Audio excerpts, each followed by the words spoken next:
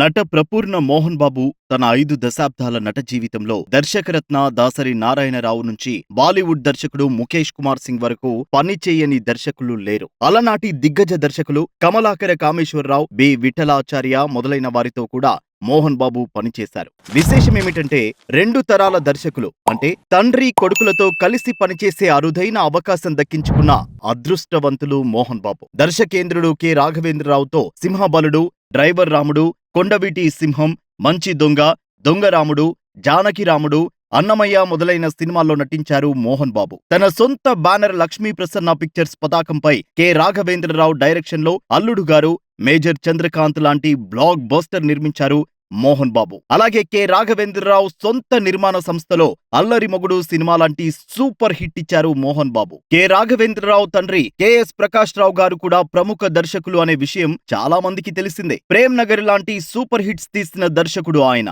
K S Prakash రావు career చివరి దశలో తీసిన సినిమా కొత్త నీరు. చంద్రమోహన్, దీప జంటగా నటించిన ఆ సినిమాలో మోహన్ బాబు అత్యద్భుతమైన విలన్ క్యారెక్టర్ చేశారు. అలా తండ్రి కొడుకుల డైరెక్షన్ లో నటించిన నటుడు మోహన్ బాబు.